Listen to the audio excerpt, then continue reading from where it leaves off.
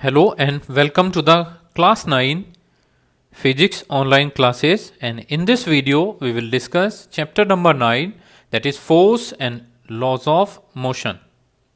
So let's start. In the previous chapter we described the motion of an object along a straight line in terms of its position, velocity and acceleration.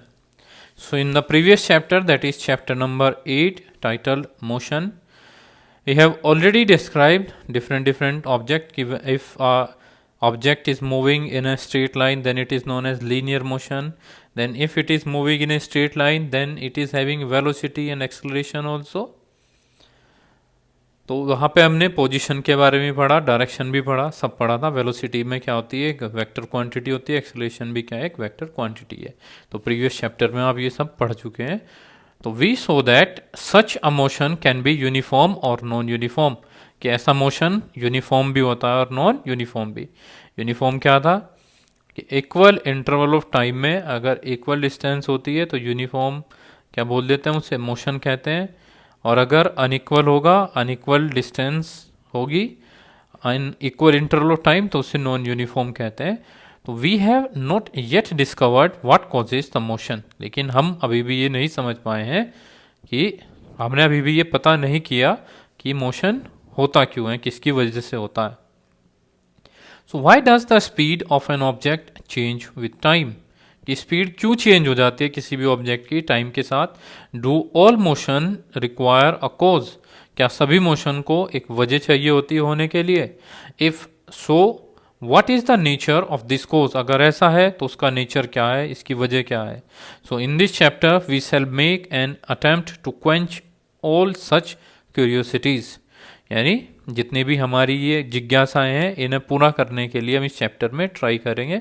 तो let's see, for many centuries, just wait for a while,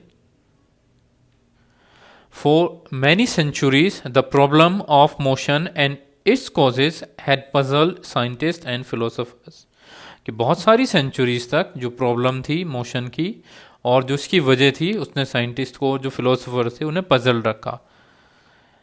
A ball on the ground when given a small hit does not move forever, कि अगर एक ball ground पे है, अगर हम उसे थोड़ा सा धक्का दे देते हैं तो हमेशा नहीं चलेगी।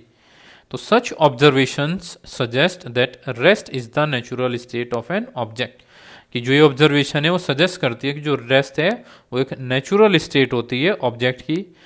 This remained the belief until Galileo Galilei and Isaac Newton developed an entirely different approach to understand motion. तो ऐसा तब तक बिलीव किया गया कि ये नेचुरल स्टेट होती है जब तक कि गैलीलियो गैलीली और आइजैक न्यूटन ने जो अपनी अपनी अप्रोच दी है ताकि मोशन को समझा जा सके।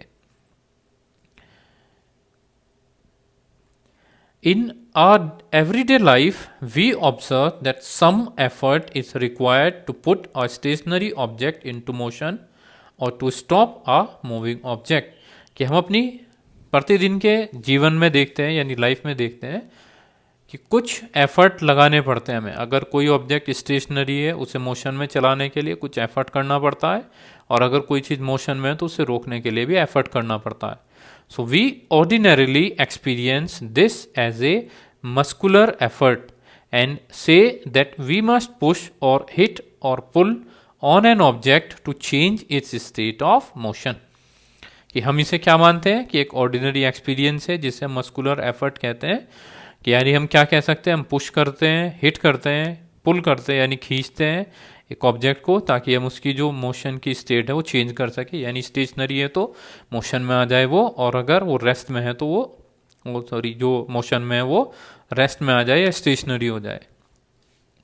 The concept of forces is based on this push, hit और पुल, यानी जो कॉन्सेप्ट है फोर्स की वो इन तीन चीज़ों के ऊपर डिपेंड करती है, पुश, हिट एंड पुल, यानी धकेलना, मारना या खींचना।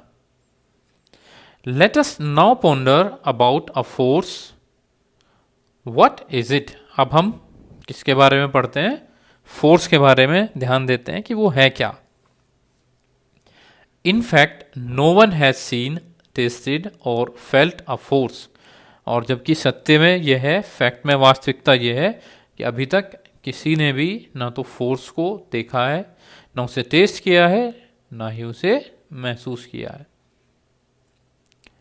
However, we always see or feel the effect of a force.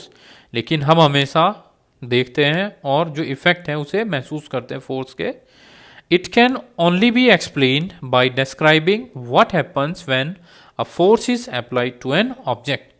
तो ये सिर्फ तभी एक्सप्लेन किया जा सकता है, ठीक है, कि हम ये देख रहे हैं कि जब हम फोर्स अप्लाई कर रहे हैं किसी ऑब्जेक्ट पे तो क्या होता है। तो first is pushing, hitting and pulling of object are all ways of bringing objects in motion. तो जो पुशिंग है, हिटिंग है और जो पुलिंग है ऑब्जेक्ट को, ये सभी तरीके हैं कि जो ऑब्जेक्ट हैं उसके मोशन में ला सके उसे। They move because we make a force act on them. वो क्यों मूव करते हैं? क्योंकि हमने उनके ऊपर फोर्स लगाई है। Let's see in the figure 9.1 year. The trolley is posterior, this is known as pushing, यानी धकेलते हैं तो वो आगे की तरफ चलती है। The drawer is full pulled, जो ड्रॉअर है उसे पुल किया जाता है तो तभी वो बाहर आता है।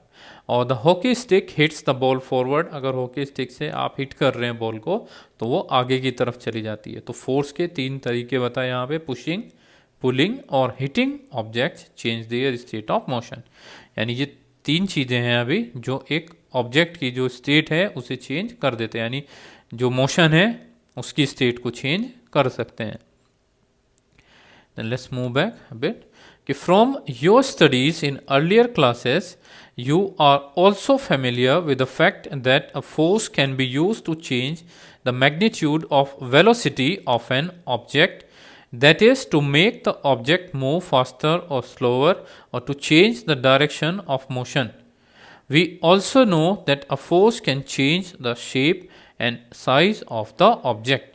तो अभी जो हमने इससे पहले क्लासेस में पढ़ा है तो फैमिलियर होते हैं हम इस फैक्ट से कि जो फोर्स है वो जो वेलोसिटी है, किसी भी ऑब्जेक्ट की जो वेलोसिटी है उसके मैग्नीट्यूड में चेंज कर देता है। यानी जो ऑब्जेक्ट है वो या तो स्लो चलेगी या वो फास्टर हो सकती है, या हम उसकी जो डायरेक्शन होती है मोशन की वो चेंज कर देते हैं। अब अगर हम फोर्स अप्लाई कर रहे हैं तो वो शेप और साइज भी चेंज कर सकता है। For example just see these examples here, ये एक स्प्रिंग दे रखा है, अगर हम उसे क्या कर रहे हैं, स्ट्रेच कर रहे हैं तो वो एक्सपेंड हो जाता है, ठीक है। स्ट्रेचिंग से क्या हो रहा है, वो एक्सपेंड। आप अप्लाई कर रहे हैं, अपोजिट डायरेक्शन में फोर्स लग रही है, दोनों कहाँ पे लग रही है, अपोजिट डायरेक्शन में, ठीक है। तो क्या हो रहा है, वो एक्सपेंड हो रहा है। और नाउ टेक अ बलून, आप क्या ले लेते हैं, बलून या एक रबर बॉल ले ली हमने और उस रबर बॉल को हम प्रेस कर रहे हैं।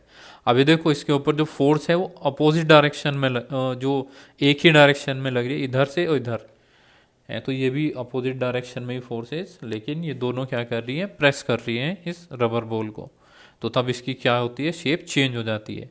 तो एक फैक्ट हमें पता चला कि पुशिंग, पुलिंग और जो हिटिंग होती है ऑब्जेक्ट की, तो वो क्या करते हैं, ऑब्जेक्ट का चेंज कर देते हैं, जो स्टेट चेंज कर देते हैं मोशन की, और या वो शेप भी चेंज कर सकते हैं।